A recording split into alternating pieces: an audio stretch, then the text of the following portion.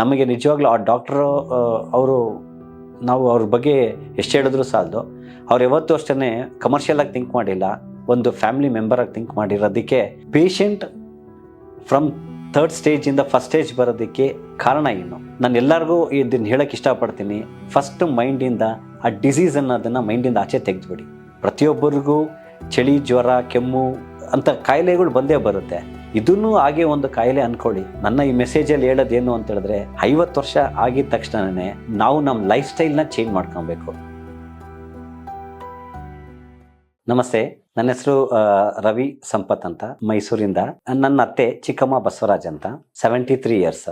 ಅವ್ರಿಗೆ ಫೆಬ್ರವರಿಯಲ್ಲಿ ಆಗಿತ್ತು, ಡಯಾಗ್ನೋಸ್ ಆದರು. ಅವ್ರು ಡಯಾಗ್ನೋಸ್ ಆದಾಗ ಆಲ್ಮೋಸ್ಟ್ ಥರ್ಡ್ ಸ್ಟೇಜ್ ದಾಟ್ತಾ ಇತ್ತು ಅದು. ಓಕೆ, ಅವ್ರದ್ದು ಪ್ಯಾಂಟ್ರಿಯಾಸ್ ಡಿಟೆಕ್ಟ್ ಆಗಿತ್ತು. And the size of that gland was almost around 13 mm or 13 centimeter. It is almost bigger then lemon size ಇತ್ತು ಅದು. ಸೊ ನಾವು ಡಾಕ್ಟರ್ ಹತ್ರ ಹೋದಾಗ ಡಾಕ್ಟ್ರೆಲ್ಲ ನಮಗೆ ತುಂಬ ಭಯ ಇಡಿಸ್ಬಿಟ್ರು. ತುಂಬ ಕಷ್ಟ ಆಗುತ್ತೆ, 3 bypass ಸರ್ಜರಿ ಮಾಡಬೇಕು, ಎಕ್ಸ್ಟ್ರೀಮ್ ಲೆವೆಲ್ಗೆ ಆಗಿಬಿಟ್ಟಿದೆ ಇದು ಅಂತ. ಬಟ್ ಅವ್ರಿಗೆ ಕೆಲವು ಫೆಬ್ರವರಿಯಿಂದ ಒಂದು 6 months ಬ್ಯಾಕ್ ಅವ್ರಿಗೆ ಸ್ವಲ್ಪ ಗಿಡಿನೆಸ್ ಬರೋದು, ಮತ್ತು ಸ್ವಲ್ಪ ತುಂಬ ಹೊಟ್ಟೆಯಲ್ಲಿ ಊತ ಬಂದ್ಬಿಡೋದು. ಅವರು ಊಟ ಮಾಡೋಕ್ಕಾಗ್ತಾ ಇರಲಿಲ್ಲ. ನಾವು ಎಲ್ಲ ಥರ ಸ್ಕ್ಯಾನ್ ಮಾಡಿಸಿದ್ವಿ, ಬಟ್ ನಮಗೆ ಏನೂ ಡಯಾಗ್ನೋಸ್ ಆಗಿಲ್ಲ. ಬಟ್ ಆವಾಗ ತುಂಬ MRI CT ಸ್ಕ್ಯಾನ್ ಇಷ್ಟೆಲ್ಲ ಮಾಡಿಸಿದಾಗ ಗೊತ್ತಾಯಿತು ಈ ಥರ ಡಯಾಗ್ನೋಸ್ ಆಗಿದೆ ಅಂತ. ಸೊ ನಮಗೆಲ್ಲರೂ ಏನು ಮಾಡಿದ್ರು, ಇಮಿಡಿಯೇಟಾಗಿ ಆಪ್ರೇಷನ್ ಮಾಡಲೇಬೇಕು, ಆ ಕಂಡೀಷನಲ್ಲಿದೆ ಅಂತ ಹೇಳಿದ್ರು. ಬಟ್ ನಾವು ಕೇಳಿದ್ವಿ, ಆಪ್ರೇಷನ್ ಮಾಡಿದ್ರೆ ಪೇಷಂಟ್ ಹೇಗಿರ್ತಾರೆ ಅಂತ. ಸೊ ಯಾವ ಡಾಕ್ಟ್ರು ನಮಗೆ go to any big hospital, ಯಾವುದೇ ದೊಡ್ಡ ಹಾಸ್ಪಿಟಲ್ ನಾವು ಕನ್ಸಲ್ಟ್ ಮಾಡಿದ್ರು ತೋರಿಸಿದಾಗ ಅವರೆಲ್ಲ ನಮಗೆ ಗ್ಯಾರಂಟಿ ಕೊಟ್ಟಿಲ್ಲ. ಅವರು ಹೆಲ್ತು ತುಂಬ ಕಂಡೀಷನ್ ಬ್ಯಾಡ್ ಆಗಿದೆ, ನೀವು ಆಪ್ರೇಟ್ ಮಾಡಲೇಬೇಕು, ಹಂಗೆ ಹಿಂಗೆ ಅಂದರು. ಚಾರ್ಜಸ್ ಆಗುತ್ತೆ ಅಂತ ಹಾಸ್ಪಿಟಲ್ ಟು ಹಾಸ್ಪಿಟಲ್ ಎಷ್ಟೇ, ಇನ್ಫ್ಯಾಕ್ಟ್ ನಾನು ಹೋದಾಗ್ಲೂ ಅಲ್ಲೂ ಭಯ ಇಕ್ಸ್ಬಿಟ್ರು, ಈ ಥರ ಇಷ್ಟ ಆಗುತ್ತೆ ಅಂತ. Patient was not ready to opt on operation. ಅವರು ಹೇಳಿದ್ರು, ಏನಾಗುತ್ತೋ ಪರವಾಗಿಲ್ಲ, ಐ ವಿಲ್ ಫೇಸ್ ಇಟ್ ಅಂತ. ಸೊ ನಮಗೇನಾಯಿತು, ಕೀಮೋ ಸ್ಟಾರ್ಟ್ ಮಾಡಿದ್ವಿ. ಕೀಮೋ ಸ್ಟಾರ್ಟ್ ಮಾಡಿದಾಗ ಅಲ್ಲಿ ಒಂದು ಡಾಕ್ಟರ್ಸ್ ನಮಗೆ ಸಜೆಸ್ಟ್ ಮಾಡಿದ್ರು, ಇಲ್ಲ ಪೇಷಂಟ್ ಒಳ್ಳೆ ರೆಸ್ಪಾಂಡ್ ಮಾಡ್ತಾ ಇದ್ದಾರೆ ಅಂತ. ಎಲ್ಲೋ ಒಂದು ಕಡೆ ಆ ಧೈರ್ಯ ನಮಗೆ ಒಂದು ಕಲ್ಲಾಗಿ ನಿಲ್ಕೊಳ್ಳೋಷ್ಟು ಧೈರ್ಯ ಬಂತು. ಡಾಕ್ಟರ್ ಇಷ್ಟೇ ಹೇಳಿದ್ರು, ಇಲ್ಲ ಇದ್ರಲ್ಲಿ ಸ್ವಲ್ಪ ರೆಸ್ಪಾಂಡ್ ಮಾಡ್ತಾ ಇದ್ದಾರೆ, ನಾವು ನೋಡೋಣ ಅಂತ ಹೇಳ್ಬಿಟ್ಟು 3 ಕೀಮೋ ಆಗಿದ ತಕ್ಷಣನೇ ಸಾಮಾನ್ಯವಾಗಿ ಎಲ್ಲರಿಗೂ ಊಟ ಮಾಡಿದಾಗ ವಾಂತಿ ಆಗೋದು ಮತ್ತು ಸುಸ್ತಾಗೋದು ಎಲ್ಲ ಮಾಡ್ತಾಯಿದ್ರು. ಬಟ್ ಟಚ್ ವುಡ್ ನಮ್ಮ ಮದರಿನ್ಲಾಗೆ ಫಸ್ಟ್ ಟೈಮ್ ಮಾತ್ರ ಹಂಗಾಗಿದೆ. ಸೆಕೆಂಡ್ ಟೈಮಿಂದ ಅವ್ರು ಚೇತರಿಸ್ಕೊಂಡ್ರು, ಅಂದರೆ ರೆಸ್ಪಾನ್ಸ್ ಚೆನ್ನಾಗಿ ಮಾಡ್ಕೊಂಡು ಬಂದರು. ಸೊ ಎಕ್ಸ್ಟ್ರೀಮ್ಲಿ ಥರ್ಡ್ ಸ್ಟೇಜ್ ದಾಟಿ ಹೋಗೋವಂಥ ಸಂದರ್ಭ ಅದು. ಇನ್ನೇನು 4th ಸ್ಟೇಜಿಗೆ ಹೋಗಬೇಕಾಗಿತ್ತು. ಸೊ ರೆಸ್ಪಾಂಡ್ ಆದಾಗ ಏನಾಯಿತು, ಇಟ್ ವಾಸ್ ರೆಡ್ಯೂಸಿಂಗ್.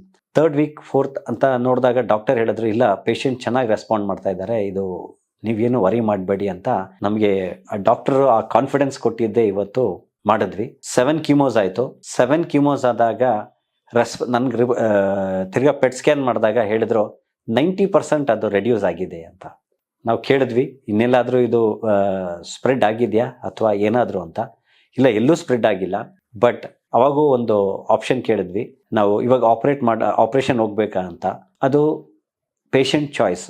ಅವ್ರಿಗೆ ಇಷ್ಟ ಇದ್ದರೆ ಆಪ್ರೇಷನ್ ಮಾಡ್ಬೋದು, ಅವ್ರು ಬೇಡ ಅಂದರೆ ಬೇಡ ಅಂದರು. ನಮಗೆ ನಿಜವಾಗ್ಲೂ ಆ ಡಾಕ್ಟ್ರು ನಾವು ಅವ್ರ ಬಗ್ಗೆ ಎಷ್ಟು ಹೇಳಿದ್ರು ಸಾಲದು. ಅವ್ರು ಯಾವತ್ತೂ ಅಷ್ಟೇ ಕಮರ್ಷಿಯಲ್ ಆಗಿ ಥಿಂಕ್ ಮಾಡಿಲ್ಲ, ಒಂದು ಫ್ಯಾಮಿಲಿ ಮೆಂಬರ್ ಆಗಿ ಥಿಂಕ್ ಮಾಡಿರೋದಕ್ಕೆ ಇವತ್ತು patient from 3rd level she has reach to stage 1. Doctor ಹೇಳಿದ್ರು, ಏನು ವರಿ ಮಾಡಬೇಡಿ, ಶಿಲ್ ಬಿ ನಾರ್ಮಲ್ ಪರ್ಸನ್, ಅವ್ರ ಹೆಂಗೆ ಆ್ಯಕ್ಟಿವಿಟೀಸ್ ಮಾಡ್ತಾರೆ ನೀವು ಅದನ್ನು ಮಾಡಿ ಅಂತ. ಪೇಷಂಟ್ ಫ್ರಮ್ 3rd ಸ್ಟೇಜಿಂದ ಫಸ್ಟ್ ಸ್ಟೇಜ್ ಬರೋದಕ್ಕೆ ಕಾರಣ ಏನು. ನಾನು ಎಲ್ಲರಿಗೂ ಇದನ್ನು ಹೇಳಕ್ಕೆ ಇಷ್ಟಪಡ್ತೀನಿ, ಫಸ್ಟ್ ಮೈಂಡಿಂದ ಆ ಡಿಸೀಸ್ ಅನ್ನೋದನ್ನು ಮೈಂಡಿಂದ ಆಚೆ ತೆಗೆದುಬಿಡಿ. ಪ್ರತಿಯೊಬ್ಬರಿಗೂ ಚಳಿ, ಜ್ವರ, ಕೆಮ್ಮು ಅಂತ ಕಾಯಿಲೆಗಳು ಬಂದೇ ಬರುತ್ತೆ. ಇದನ್ನು ಹಾಗೆ ಒಂದು ಕಾಯಿಲೆ ಅಂದ್ಕೊಳ್ಳಿ. ದಯವಿಟ್ಟು ನನ್ನ ಈ ಮೆಸೇಜಲ್ಲಿ ಹೇಳೋದೇನು ಅಂತ ಹೇಳಿದ್ರೆ, 50 ವರ್ಷ ಆಗಿದ ತಕ್ಷಣನೇ ನಾವು ನಮ್ಮ ಲೈಫ್ ಸ್ಟೈಲ್ನ ಚೇಂಜ್ ಮಾಡ್ಕೊಬೇಕು. ಲೈಫ್ ಸ್ಟೈಲ್ ಅಂದರೆ ಏನು? ಫುಡ್ ಹ್ಯಾಬಿಟ್ಸಿಂದ ಹಿಡಿದು ಮತ್ತು ನಮ್ಮದು ಹೆಲ್ತ್ ಹ್ಯಾಬಿಟ್ಸಿಂದ ಹಿಡಿದು ಮತ್ತು ದಿನಚರಿಯಲ್ಲಿ ನಾವು ಚೇಂಜಸ್ ಮಾಡ್ಕೊಳ್ಳೇಬೇಕು. ಸಪೋಸ್ ಎಂಪ್ಲಾಯ್ ಅಥವಾ ಕೆಲಸಕ್ಕೆ ಹೋಗೋರು ಯಾರನ್ನ ಇದ್ದಾರೆ ಅಂದರೆ, ಅವರು ಬೆಳಗ್ಗೆ ಆದಷ್ಟು ಈ ನಾನ್ ವೆಜ್ ಕಮ್ಮಿ ಮಾಡಬೇಡಿ. ತಿಂದಿಲ್ಲ ಅಂದರೂ ಒಳ್ಳೇದೇನೆ, ಕಮ್ಮಿ ಮಾಡಿ. ಕೆಲವ್ರು ಬಿಡೋಕ್ಕೆ ಆಗಲ್ಲ, ನಾವು ತಿನ್ನಬೇಕು ಅನಿಸುತ್ತೆ, ಬಟ್ ಕಮ್ಮಿ ಮಾಡಿ. ನಾನ್ ವೆಜ್ ಒಳ್ಳೇದಲ್ಲ, ಬಟ್ ಅದಕ್ಕೆ ಬದಲು ವೆಜ್ಜಲ್ಲಿ ದಿನ ನಮ್ಮಲ್ಲಿ ಸಿಗುವಂಥ ವಸ್ತುದಲ್ಲೇ ನಮ್ಮ ಆರೋಗ್ಯನ ಕಾಪಾಡ್ಕೋಬೋದು. ಸಾಮಾನ್ಯವಾಗಿ ಈ ಹುರುಳಿಕಾಯಿ ನೀರು ಕುಡೀರಿ ಬೆಳಿಗ್ಗೆ ಹೊತ್ತು, ಬಿಸಿನೀರು. ನಾವು ಪೇಷಂಟ್ ಕೊಟ್ಟಿದ್ದು ಇಷ್ಟೇ, ಪೇಷಂಟ್ಗೆ ಬೆಳಿಗ್ಗೆ ಎದ್ದಿದ ತಕ್ಷಣ 10 ಮಿನಿಟ್ಸ್ ವಾಕ್ ಅಂತ ಸ್ಟಾರ್ಟ್ ಮಾಡಿದ್ವಿ ನಾವು. 10 ಮಿನಿಟ್ಸ್ ವಾಕ್ ಮಾಡ್ತಾರೆ, ಮನೆಯಲ್ಲೇ ಮಾಡಿದ್ರು, ಅವ್ರು ಹೊರಗಡೆ ಎಲ್ಲೂ ಹೋಗಿಲ್ಲ. ಆ 10 ಮಿನಿಟ್ಸ್ ವಾಕಿಂದ ಸ್ವಲ್ಪ ಅವರು ಈ ಜೀರಿಗೆ ಕರ್ಬೇವಿನ ಸೊಪ್ಪು ತಿನ್ನೋದು ಹವ್ಯಾಸ ಮಾಡ್ಕೊಂಡ್ರು. ಮತ್ತು ಈ ಜೋಳದ ಹಿಟ್ಟು ಮತ್ತು ರಾಗಿ ಹಿಟ್ಟಲ್ಲಿ ಮುದ್ದೆ ಮಾಡಿಕೊಡ್ತಾ ಇದ್ವಿ. ಅವರು ಏನು ಅಂದರೆ ದಿನ 3 ಊಟ ಮಾಡೋದನ್ನ ನಾವು 6 ಊಟ ಕೊಡ್ತಾ ಇದ್ವಿ. ಅವರು ಯಾವತ್ತು ಊಟನ ಕಷ್ಟ ಆಗೋದು ತಿನ್ನೋದಕ್ಕೆ ಅವ್ರಿಗೆ, ಬಟ್ ನಾನು ಚೆನ್ನಾಗಿದ್ದೀನಿ, ನಾನು ಚೆನ್ನಾಗಿರಬೇಕು, ನಾನು ಚೆನ್ನಾಗಿದ್ದೀನಿ, ನಾನು ನನಗೋಸ್ಕರ ಬದುಕಬೇಕು ಅಂತ ಯಾರು ಅನ್ಕೊತೀರಾ ಅವ್ರಿಗೆ ಯಾವ ಕಾಯಿಲೆನೂ ಬರಲ್ಲ, ಯಾವ ಕಾಯಿಲೆನೂ ವಾಸಿ ಆಗದಿರ ಇರಲ್ಲ, ಎಲ್ಲನೂ ವಾಸಿ ಆಗುತ್ತೆ. ಸೊ ಅವ್ರ ಲೈಫ್ ಸ್ಟೈಲಲ್ಲಿ ಅವರು ವಾಕಿಂಗ್ ಮಾಡೇ ಇರಲಿಲ್ಲ. ಅವರು ವಾಕಿಂಗ್ ಮಾಡಿರಲಿಲ್ಲ ಅಂದರೆ ಬೆಳಗ್ಗೆ ಎದ್ದು ವಾಕಿಂಗು, ಬೇರೆ ಟೈಮ್ ವಾಕಿಂಗ್ ಮಾಡ್ತಾಯಿದ್ರು, ಬೆಳಗ್ಗೆ ಹೊತ್ತು ಅವ್ರು ವಾಕಿಂಗ್ ಮಾಡಿಲ್ಲ. ಬೆಳಗ್ಗೆ ವಾಕಿಂಗ್ ಸ್ಟಾರ್ಟ್ ಮಾಡಿದ್ರು. Today her health is almost like a normal ಸ್ಟೇಜಲ್ಲಿದೆ. ಇದಕ್ಕಿಷ್ಟೇ ಕಾರಣ ಏನು ಅಂತ ಹೇಳಿದ್ರೆ, ನಿಮ್ಮ ಲೈಫ್ ಸ್ಟೈಲಲ್ಲಿ ಊಟದ ಹವ್ಯಾಸ ಚೇಂಜ್ ಮಾಡ್ಕೊಳ್ಳಿ. ಆದಷ್ಟು ಅನ್ನ ತಿನ್ನೋದು ಕಡಿಮೆ ಮಾಡಿ, ಬೇಯಿಸಿದ ಗಂಜಿ ಕುಡೀರಿ, ಮಜ್ಜಿಗೆ ಸೇವನೆ ಮಾಡಿ. ಮಜ್ಜಿಗೆ ಮೊಸರನ್ನ ತಿನ್ನಬೇಡಿ, ನಾವು ಅವ್ರು ಮಜ್ಜಿಗೆನೇ ಕುಡಿತಾ ಇದ್ದಾರೆ. ಶುಂಠಿ ಜಾಸ್ತಿ ಬಳಸ್ಕೊಳ್ಳಿ, ಬೆಳ್ಳುಳ್ಳಿ ತಿನ್ನಿ, ಕರಿಬೇವು, ಬೇವಿನ ಸೊಪ್ಪು ಇದು ನಾವು ಕೊಡ್ತಾನೆ ಇದ್ದೀವಿ. ಒಂದು ಕಡ್ಡಿಯಲ್ಲಿ 4 ಎಲೆ ತಿಂದರೂ ಸಾಕು, ಎಷ್ಟೋ ಸುಧಾರಣೆ ಆಗುತ್ತೆ. ಬೇವಿನ ಸೊಪ್ಪು, ಕರಿಬೇವು, ಜೀರಿಗೆ, ಮೆಂತೆ. ರಾತ್ರಿ ಮೆಂತೆ ಕಾಳನ್ನ ನೀರಲ್ಲಿ ನೆನೆಸಿ 1 ಸ್ಪೂನು, ಬೆಳಿಗ್ಗೆ ನೀರು ಸಮೇತ ಅದನ್ನು ಹಗದು ಚೂ ಮಾಡಿ. ಏನೇ ಮಾಡಿದ್ರೂ ಒಂದು 30 ಮಿನಿಟ್ಸ್ ಗ್ಯಾಪ್ ಇರಬೇಕು. ಆದಷ್ಟು ಕಾಫಿ ಟೀ ಕಮ್ಮಿ ಮಾಡಿಬಿಡಿ. ಕಾಫಿ ಟೀ ಕಮ್ಮಿ ಮಾಡಿ, ನಾನು ಬಿಟ್ಬಿಡಿ ಅಂತ ಹೇಳ್ತಾ ಇಲ್ಲ, ಕಮ್ಮಿ ಮಾಡಿ. ಸಪೋಸ್ 4 ಸಲ 5 ಸಲ ಕುಡಿಯೋರಾದರೆ ಡೈಲಿ 1 ಟೈಮ್ ಆರ್ 2 ಟೈಮ್ ಅಂತ ಇಟ್ಕೊಳ್ಳಿ, ಅಷ್ಟೇ, ಬೇರೆ ಏನಿಲ್ಲ. ಶುಗರ್ ಆಲ್ 5 ವೈಟ್ ತೆಗೆದುಬಿಡಿ, ಇವತ್ತೇ ಮೈಂಡಿಂದ ತೆಗೆದುಬಿಡಿ. ಅದೇ ನಿಮ್ಮ ಮೆಡಿಸನ್. ನಾವು ಅವ್ರಿಗೆ ಉಪ್ಪು ಹಾಕ್ಬಿಟ್ಟು ಏನೂ ಕೊಡೋದಿಲ್ಲ, ಸಕ್ಕರೆ ಹಾಕ್ಬಿಟ್ಟು ಏನೂ ಕೊಡೋದಿಲ್ಲ. ಮತ್ತು ಅಕ್ಕಿನೂ ಕಮ್ಮಿ, ನಾವು ಹೇಳಿದ್ರಲ್ಲ ರಾಗಿ ಮತ್ತು ಜೋಳದ ಹಿಟ್ಟಲ್ಲೇ ಕೊಡ್ತೀವಿ. ಅಕ್ಕಿ ಭಾಳ ಕಡಿಮೆ. ಆಮೇಲೆ ಮೈದಾ, ಅಕ್ಕಿ ಹಿಟ್ಟು ಇದು ಯಾವುದು ಮುಟ್ಸಲ್ಲ. ಎಣ್ಣೆ ಪದಾರ್ಥ ಅಂತ ಅವ್ರು ಏನು, ಅವ್ರಿಗೆ ಪೂರಿ ತಿನ್ನೋದೇ ಇಲ್ಲ. ಎಣ್ಣೆ ಪದಾರ್ಥ ಏನೂ ಮುಟ್ಟಬೇಡಿ, it is not good for health. ಇವತ್ತು ತುಂಬ ಖುಷಿ ಆಗ್ತಾ ಇದೆ, ಪುನರ್ಜನ್ನಲ್ಲಿ ಬಂದು ಅವ್ರ ಹತ್ರ ಮೆಡಿಸನ್ ತೊಗೊಂಡ್ವಿ. ಆಮೇಲೆ ಇವಾಗ ಹೆಂಗಾಗಿದೆ ಅಂದರೆ, ಆಫ್ಟರ್ ಪುನರ್ಜನ್ ಮೆಡಿಸನ್ ನಾವು ಫಸ್ಟ್ ಟೈಮ್ ತೊಗೊಬೇಕು ಅಂದಾಗ ತುಂಬ ಕನ್ಸಲ್ಟ್ ಮಾಡಿದ್ವಿ ನಾವು. ನಿಜವಾಗ್ಲೂ ಅವ್ರ ಪರಿಸ್ಥಿತಿ ಹಿಂಗಿದೆ, ನಿಜವಾಗ್ಲೂ ಆಗತ್ತಾ ಏನು ಅಂತ. ಇಲ್ಲಿರೋ ಒಂದು ವಾತಾವರಣ, ಈ ಒಂದು ಜನರ ಒಂದು ಏನೋ ಆ ಒಂದು ಕೋಆರ್ಡಿನೇಷನ್ನು, ಅವ್ರು ಕೊಡೋ ಒಂದು ಕಾನ್ಫಿಡೆನ್ಸು, ಖುಷಿಯಿಂದ ಹೇಳ್ತೀನಿ ನಾನು. ಅರ್ಥ ಆಯ್ತಾರ? ನಮಗೆ ನಿಜವಾಗ್ಲೂ ಅವ್ರಿಗೆ ಕಾಯಿಲೆ ಅನ್ನೋದಿಲ್ಲ, ನಾರ್ಮಲಾಗೇ ಇದ್ದಾರೆ. ಬಟ್ ಮೆಡಿಸನ್ ತುಂಬ ಚೆನ್ನಾಗಿ ಕೆಲಸ ಮಾಡ್ತಾ ಇದೆ.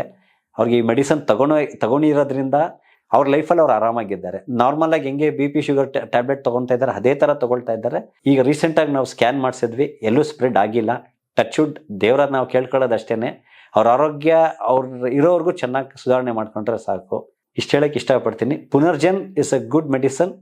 ದಯವಿಟ್ಟು ಯಾರ್ಯಾರು ಪೇಷಂಟ್ ಆಗಿ ಬಂದಿದ್ದೀರಾ, ಇದು ನಮ್ಮ ಅನುಭವ. ಯಾಕೆಂದರೆ ಈ ಪೇಷಂಟ್ ತಗೊಳ್ತಾ ಇರೋರು, she is a ex chairman of Bal Bhavan. ಅವರು ಕರ್ನಾಟಕ ಸ್ಟೇಟ್ ಹೆಡ್ ಚೇರ್ಮನ್ ಆಗಿದ್ದರು. ಮತ್ತು ಶಿ ವಾಸ್ 3 ಟೈಮ್ಸ್ ಕಾರ್ಪೊರೇಟರ್ ಮೈಸೂರಲ್ಲಿ.